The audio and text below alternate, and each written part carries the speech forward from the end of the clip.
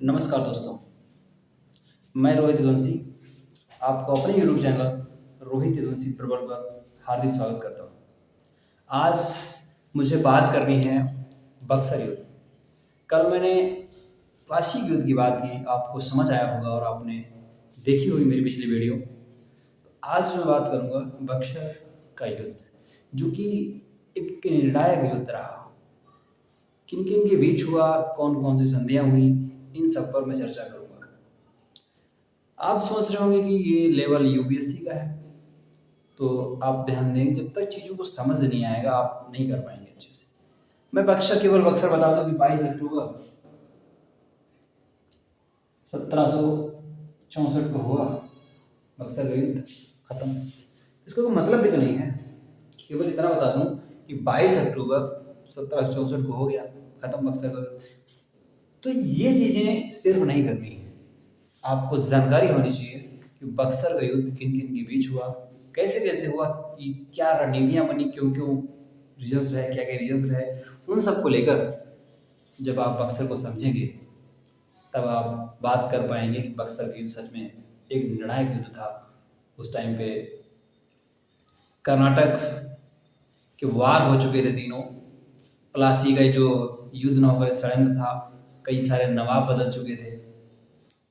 यहाँ पे आपको एक थोड़ा पेचीदा फंसेगा, क्योंकि 1763 तक, क्योंकि 1756 में सिराजुद्दौला बंगाल का नवाब बना है, और 1756 से 57 में जब प्लासी का युद्ध हुआ उस बीच उसकी मृत्यु हुई। उसके बाद मीर जाफर को बनाया गया। 1757 से लेकर 1760 तक मीर जाफर बंगाल का नवाब रहा। वो शायद अंग्रेजों की जो रणनीतियाँ थी उन पर खरा नहीं उतर पाया, तो उसने 1760 में मीर जाफर को हटा दिया और मीर कासिम को नवाब बना दिया। मीर कासिम नवाब बना, और मीर कासिम नवाब बनते ही वो बहुत सारे मिदनापुर वगैरह वगैरह उसने उनको दी। मैंने कल जिक्र किया था कि मीर कासिम ने कि मिदनापुर वगैरह की जो है, मिदनापुर चटगांव की जमींदारी, वर्धमान मिदनापुर चटगांव की जमींदारी अंग्रेजों की थी। तो कुछ हद तक वो ठीक लगा शुरुआत में, लेकिन बाद में क्या हुआ कि जो मीर कासिम है वो अंग्रेज चाहते थे कि जो मैं कहूँ वो करे, लेकिन मीर कासिम ने सोचा कि क्यों ना इसी समय कुछ संप्रभु एकदम तरीके से काम किया जाए। अगर ये अपने लिए कर रहे हैं, मैं भी तो कुछ अपने लिए करूँ। तो उसने बहुत सारी ऐसे काम किए, जैसे गोला बारूद कारखाने लगवाए, बंदूकें बनवाई। तो ये सब अंग्रेजों को अच्छा नहीं लगा, और उसने जब भारतीय वस्तुओं पर, जो भारतीय व्यापारी थे उन पर कर मुक्त व्यापार करने के लिए सलाह दी, तो ये चीज़ें उसने की, तो वो अंग्रेजों को अच्छा नहीं लगा। फिर उन्होंने मीर कासिम को भी 1763 में हटा दिया, और 64 जब युद्ध हुआ है उस टाइम बंगाल का नवाब मीर जाफर था।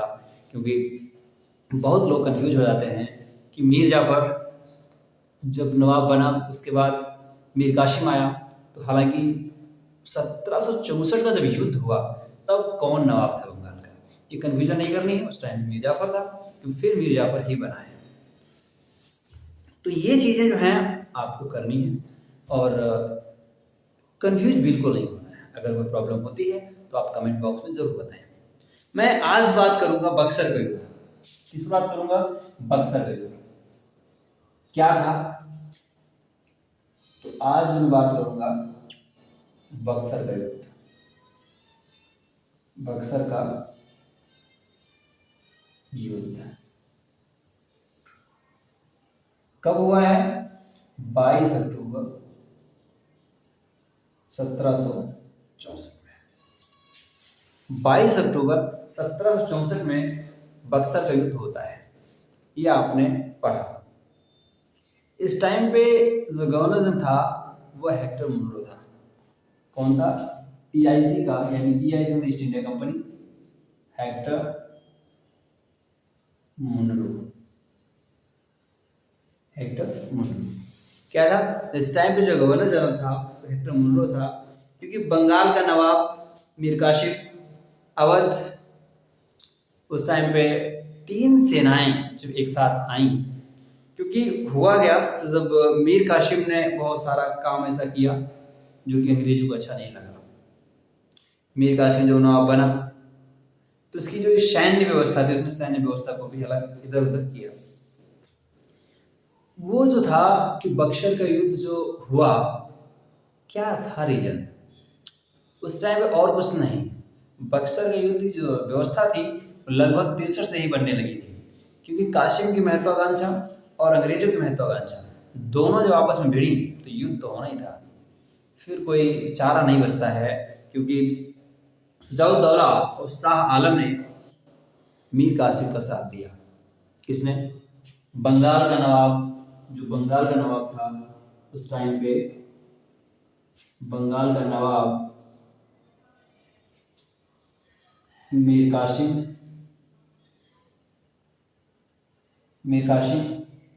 अवध सुजाउद्दौला, अवध का सुजाउद्दौला, और मुगल शासक जो था, मुगल शासक शाह आलम द्वितीय। शाह आलम द्वितीय, ये जो तीन थे, तीनों की सेनाएं एक साथ थी, इसकी सेना एक साथ थी। ये जब आपस में भिड़ी तब हुआ ये बक्सर का युद्ध। क्या हुआ?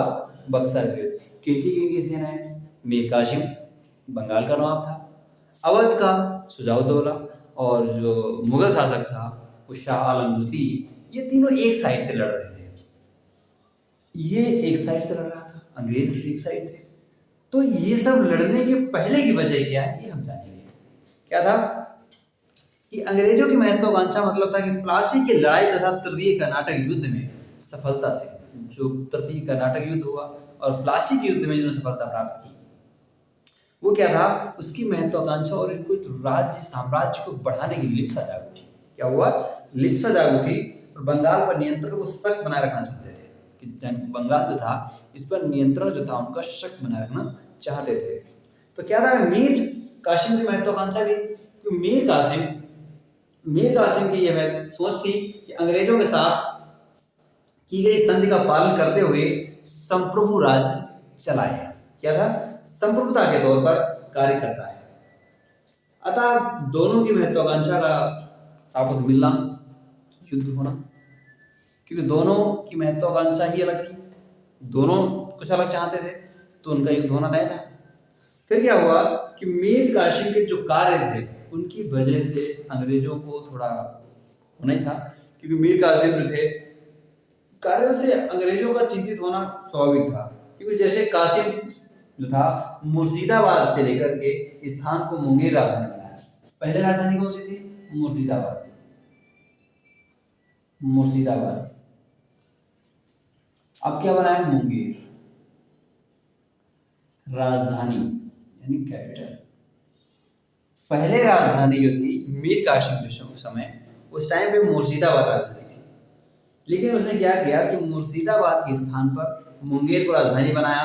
मुंगेर में तोप और बंदूक है, यहीं पर क्या किया इसने, तोप बंदूक के कारखाने लगवाए, तोप बंदूक के कारखाने लगवाए। और क्या किया? और इसने क्या किया, बंगाल की स्थिति में सुधार करने की कोशिश की। बंगाल की स्थिति में सुधार करने की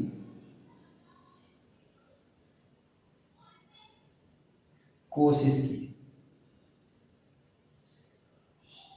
बंगाल में सुधार करने की कोशिश की। 1717 का फरमान फिर एक बार दिक्कत करता है। 1717 का जो फरमान है वो प्लासी की तरह बक्सर के युद्ध का भी एक महत्वपूर्ण कारण था। क्या हुआ, कंपनी के कर्मचारियों द्वारा अद्वैत तरीके से भारतीय व्यापारियों को दस्तक की सुविधा उपलब्ध कराई जा रही थी। इससे नवाब को आर्थिक नुकसान हो रहा था। क्या हो रहा था? आर्थिक नुकसान हो रहा था। इस मुद्दे पर कंपनी से बातचीत हुई। क्या हुआ कि जो 1717 का फरमान था उसको लेकर चिंतित था। वो सिर्फ अंग्रेजों को दस्तक देते थे, लेकिन कासिम चाहता था कि सिर्फ इनको ही नहीं कर देना, सबको दो। फिर उसने क्या किया कि समस्या का समाधान नहीं हो पाया, अंततः मीर कासिम ने भारतीय व्यापारियों को भी भारतीय व्यापारियों को भी कर मुक्त व्यापार करने की छूट दे दी। जब उसने क्या किया, मीर कासिम इतना कर ही चुका था, दूसरा उसने क्या किया कि भारतीय व्यापारियों को कर मुक्त व्यापार करने की छूट दे दी। ये जो कार्य इसने किए, ये अंग्रेजों को थोड़ा आश्चर्यचकित कर रहे थे कि वो नहीं चाहते थे ऐसे काम करें। फिर उसने क्या किया, ये काम किए। कासिम के इस निर्णय का अंग्रेजों को संप्रभुता को चुनौती थी, व्यापक विरोध किया और इसे 1763 में कंपनी एवं कासिम के युद्ध से संघर्ष की शुरुआत हुई। 1763 में फिर मीर जाफर नवाब बना, क्योंकि 1763 तक मीर कासिम ही रहा। ठीक है।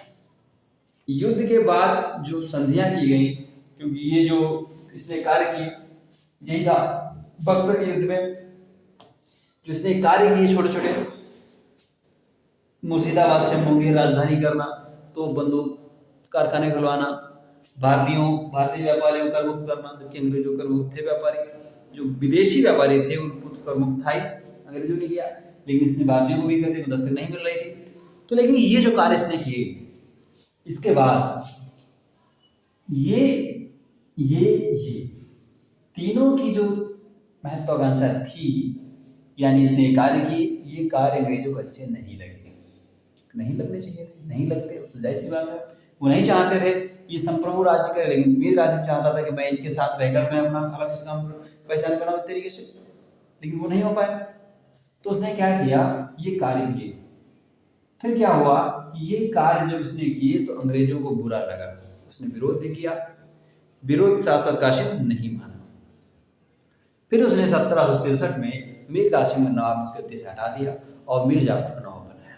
जब मीर कासिम गद्दी से हटा तो उसने वहां से भागा और सुजाउद्दौला और शाह आलम के पास पहुंचा।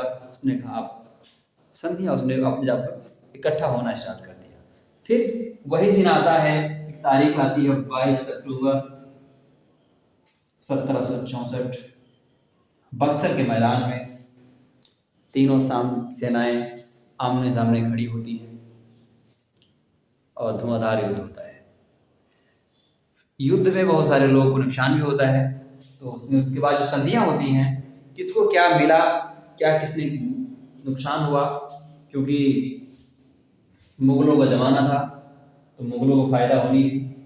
यहाँ पर अवध को बहुत ज़्यादा नुकसान हुआ और जो फायदा हुआ है वो शाह आलम को हुआ है। शाह आलम तो दिए हैं और मीर कासिम तो बात ही छोड़ दो, क्योंकि जो संधियां हुई बक्सर के युद्ध के बाद उन पर चर्चा हम करेंगे कि संधियां कौन कौन सी हुई। तो दो संधियां होती हैं जिन्हें हम इलाहाबाद की संधि कहते हैं। इलाहाबाद की संधि, इलाहाबाद की संधि 1765 में दो संधियां होती हैं। कौन कौन सी होती है? दो संधियां। 1765 में युद्ध के जो बाद संधियां की गई वो संधियां हैं और 1765 में ही संधियां दोनों होती हैं, वो इलाहाबाद की संधि नाम से ही जाना जाता है। तो पहले क्या हुई, मुगलों के साथ इलाहाबाद की संधि, किसके साथ? मुगलों के साथ इलाहाबाद की संधि। इसमें क्या था, मुगलों के साथ, ठीक है। मुगल बादशाह को 26 लाख रुपए, मुगल बादशाह शाह आलम जो था, मुगल बादशाह 26 लाख रुपए और इलाहाबाद हुआ कड़ा। क्या? इलाहाबाद रुपए पेंशन तथा कड़ा एवं इलाहाबाद का क्षेत्र दिया गया। क्या दिया गया? 26 लाख रुपए वार्षिक पेंशन और इलाहाबाद प्लस कड़ा का क्षेत्र दिया गया। ऐसे नहीं दिया गया है, ये मुगल बादशाह को दिया गया 26 लाख रुपए वार्षिक पेंशन, इलाहाबाद कड़ा का क्षेत्र उसे दिया जाएगा। ठीक है, अब मुगल बादशाह से अंग्रेज क्या लेंगे? मुगल बादशाह से अंग्रेज दीवानी अधिकार लेंगे। क्या लेंगे? दीवानी अधिकार। दीवानी अधिकार यही एक अधिकार था जिसके लेने से व्यवस्था नहीं थी, प्रशासनिक तो इसे लेना। दीवानी अधिकार में बंगाल, बिहार, उड़ीसा, बंगाल, बिहार, उड़ीसा के दीवानी अधिकार अंग्रेजों ने मुगलों से लिए। किससे लिए? मुगलों से लिए। दीवानी अधिकार मुगलों से उन्होंने लिए 26 लाख रुपए वार्षिक पेंशन, कड़ा व इलाहाबाद का क्षेत्र अंग्रेजों ने मुगलों को दे दिया। उनसे दीवानी अधिकार प्राप्त कर लिए। अब बात करते हैं, अब जो बात करेंगे वो दूसरी संधि है जो कि की गई है अवध के साथ। अवध के साथ कौन सी की गई है? अवध के साथ इलाहाबाद की संधि।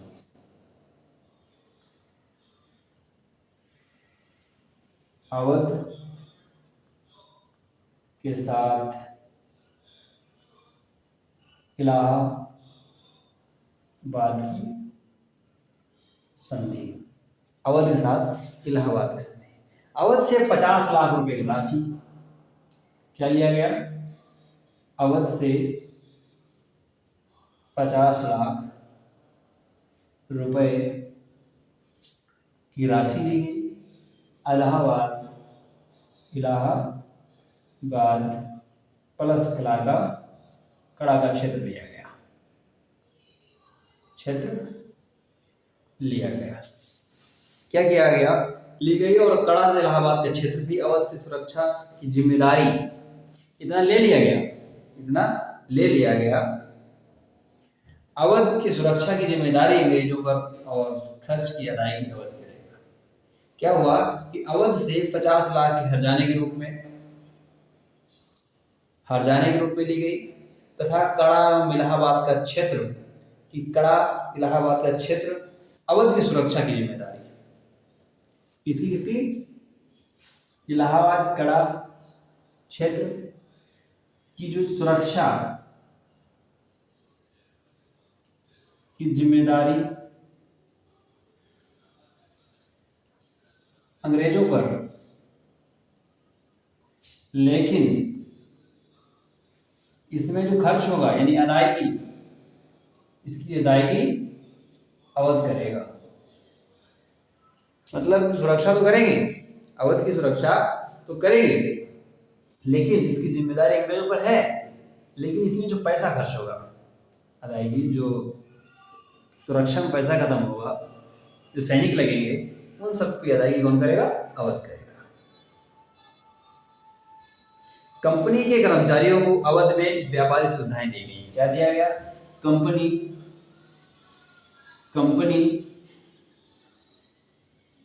के कर्मचारियों को अवध में व्यापारिक सुविधाएं दी गई। व्यापारिक सुविधाएं दी गई। व्यापारिक सुविधाएं दी गई। क्या दिया गया? व्यापारिक सुविधाएं। अब क्या हुआ? अब बंगाल के नवाब से संधि होगी। कौन सी? बंगाल के नवाब किससे संधि भी होगी, क्योंकि दो लोगों से संधि हो चुकी है, अब इनसे भी हुई। कासिम जी से। बंगाल के नवाब से क्या संधि होती है, यह आपने देखा। आगे हम बात करते हैं।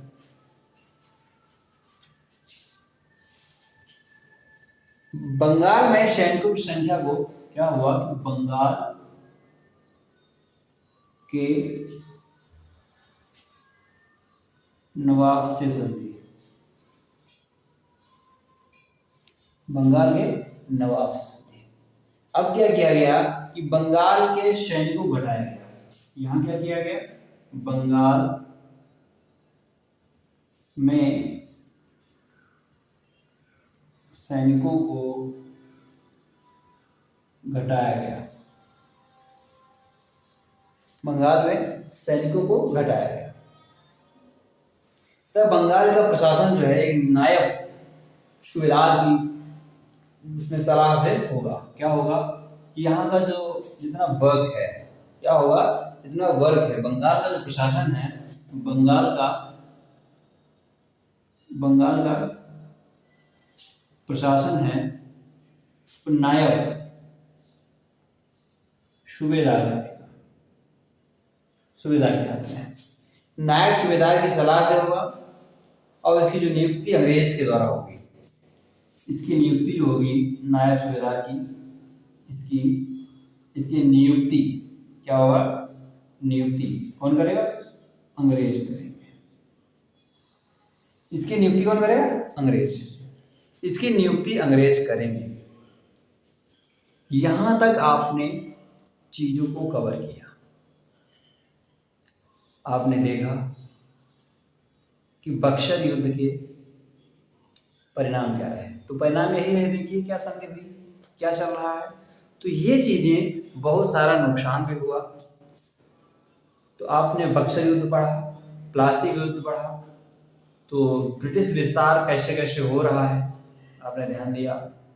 ब्लैक होल की घटनाएं मैंने कल पढ़ाई। तो ये सब चीजें जो हैं आप नोट करेंगे और लर्न करेंगे। अगर आप नोट नहीं करेंगे, लर्न नहीं करेंगे तो समस्या हो सकती है। इसी के साथ साथ आज हम पढ़ाएंगे द्वैत शासन। द्वैत शासन क्या था, मतलब डबल शासन।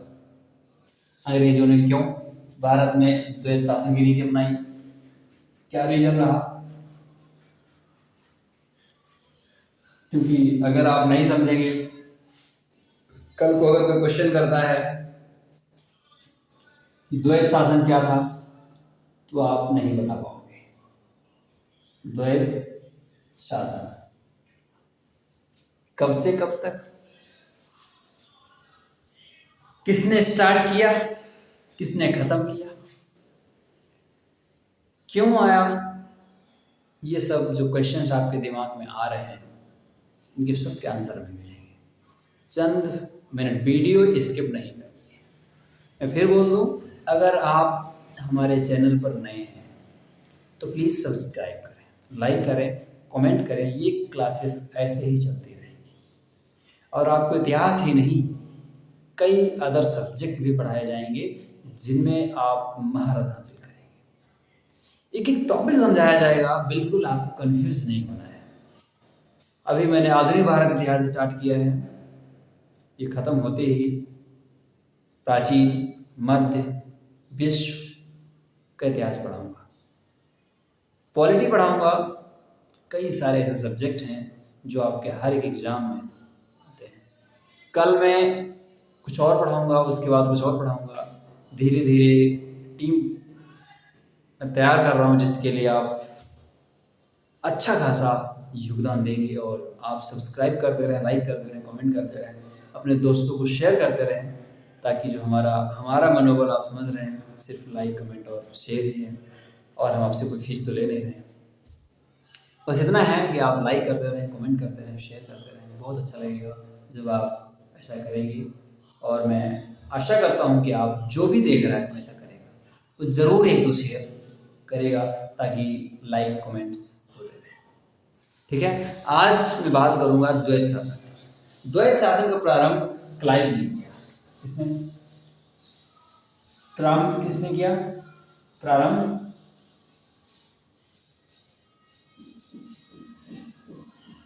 प्रारंभ किया क्लाइव ने। कब किया? 1765।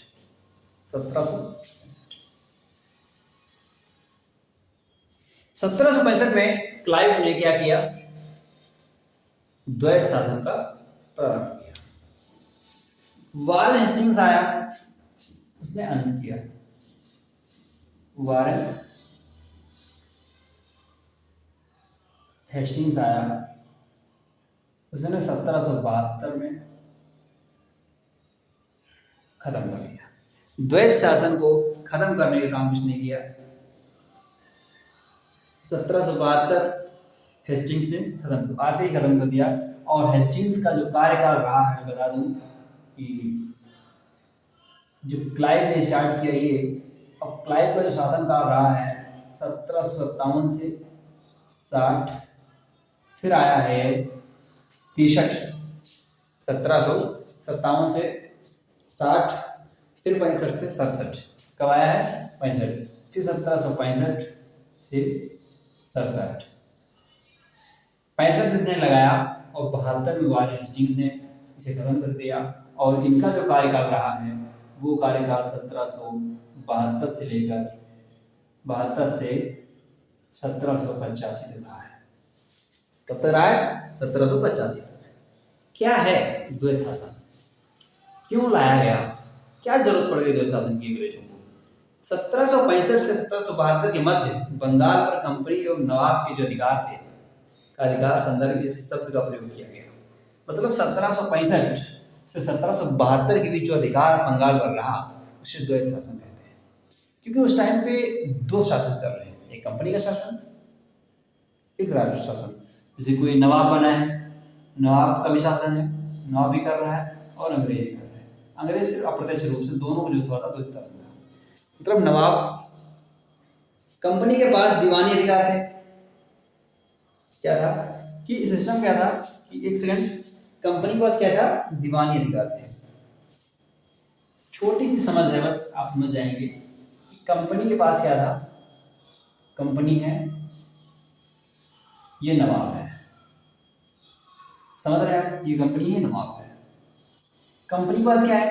कंपनी के पास दीवानी अधिकार है, दीवानी अधिकार है। इनके पास क्या है? इनके पास कुछ नहीं, सिर्फ प्रशासनिक, प्रशासनिक, इनके पास प्रशासनिक अधिकार है जो कि अपने मन से यूज भी नहीं कर सकते। इतना है कि इनके पास दीवानी अधिकार है और इनके पास प्रशासनिक अधिकार है।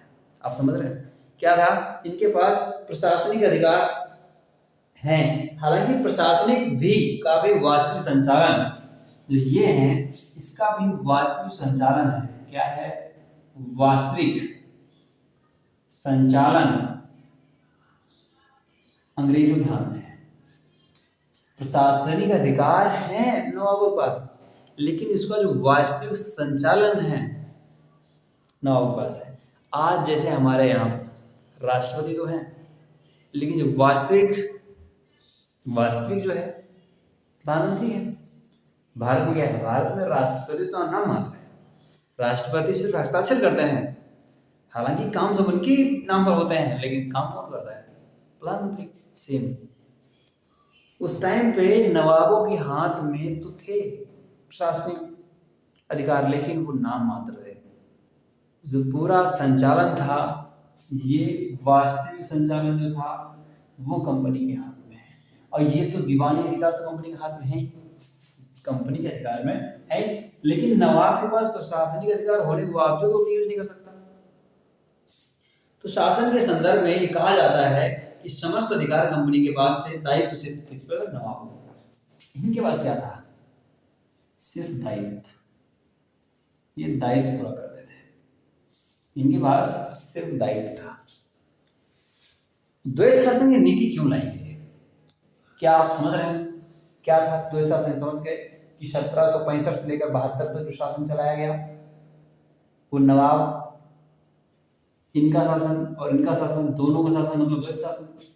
इनका और इनका दोनों का शासन मतलब द्वैत शासन, द्वैत शासन। अब बात आती क्यों था द्वैत शासन, क्यों आया? ये जरूरी जानना है कि द्वैत शासन क्यों आया। आप ध्यान देंगे कि द्वैत शासन क्यों आया। उस टाइम में क्या था? अंग्रेजों को थोड़ा डर था, अंग्रेजों को थोड़ा डर था। द्वैत शासन क्यों? द्वैत शासन क्यों? अंग्रेजों को थोड़ा क्या था? डर था। क्या डर था? कंपनी के भारतीय प्रशासन का विशेष अनुभव नहीं था, कि भारतीय जो कंपनी थी, कंपनी को भारतीय प्रशासन का अनुभव नहीं था। क्या नहीं था? अनुभव। अनुभव नहीं था। किसे नहीं था? कंपनी को। ठीक है। प्रत्यक्ष प्रशासन की स्थिति में अगर वो प्रत्यक्ष प्रशासन करते, उन्हें डर था कि प्रत्यक्ष प्रशासन अगर वो करते, उन्हें डर था कि कई विदेशी कंपनियां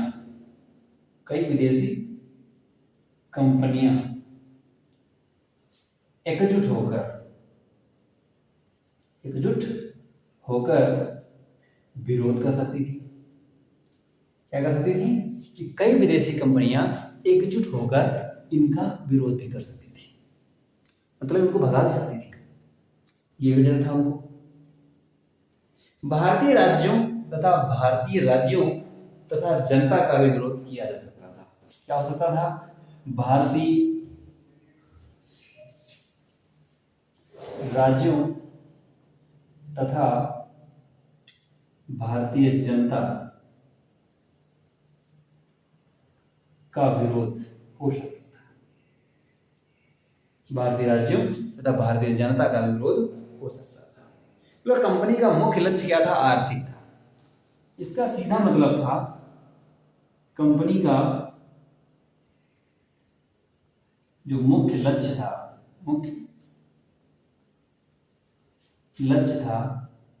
वह क्या था? आर्थिक। सिर्फ लाभ कमाने से मतलब था। मुख्य लक्ष्य क्या था? आर्थिक था। कंपनी और ब्रिटिश सरकार के संबंधों को परिभाषित करने की आवश्यकता होगी, क्योंकि कंपनी का व्यवहारिक उद्देश्य चार्टर दिए गए। ये आपने आज जो मैंने बात करी वो मैंने द्वैत शासन को लेकर बात करी। बक्सर का युद्ध बात करी। बक्सर का युद्ध क्या था? द्वैत शासन क्या था? आप समझ में आया होगा। आशा करता हूँ कि आपको द्वैत शासन समझ में आया होगा। द्वैत शासन क्या था?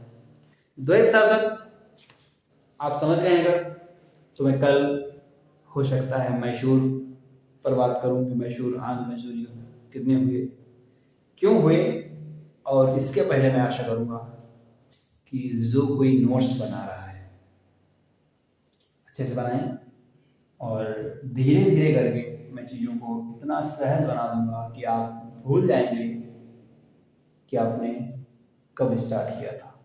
एक एक चैप्टर आप इतने सहज तरीके से पढ़ेंगे, इसका कोई तोड़ नहीं है। बस ये है कि आप साथ बने रहें, एक एक क्वेश्चन करते रहें।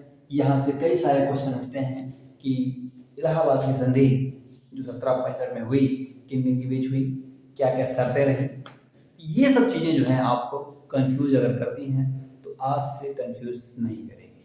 मैंने जो बताया वो आपने ध्यान से अगर सुना है तो आप कंफ्यूज नहीं होंगे। हो सकता है इसी कल्पलाशी और आज बक्सर दोनों को लेकर 2, 4, 6, 8 क्विज कराए जाएं, जिनको आज रात आप देखेंगे, सुबह तक आपको मिल जाएंगे। आप उन क्विज को करें और बताएं, कमेंट में ज़रूर बताएं, आंसर कमेंट में दें, उस पर क्लिक करें, आंसर आपका सही आता है और कमेंट में आंसर देने की जरूर कोशिश करें।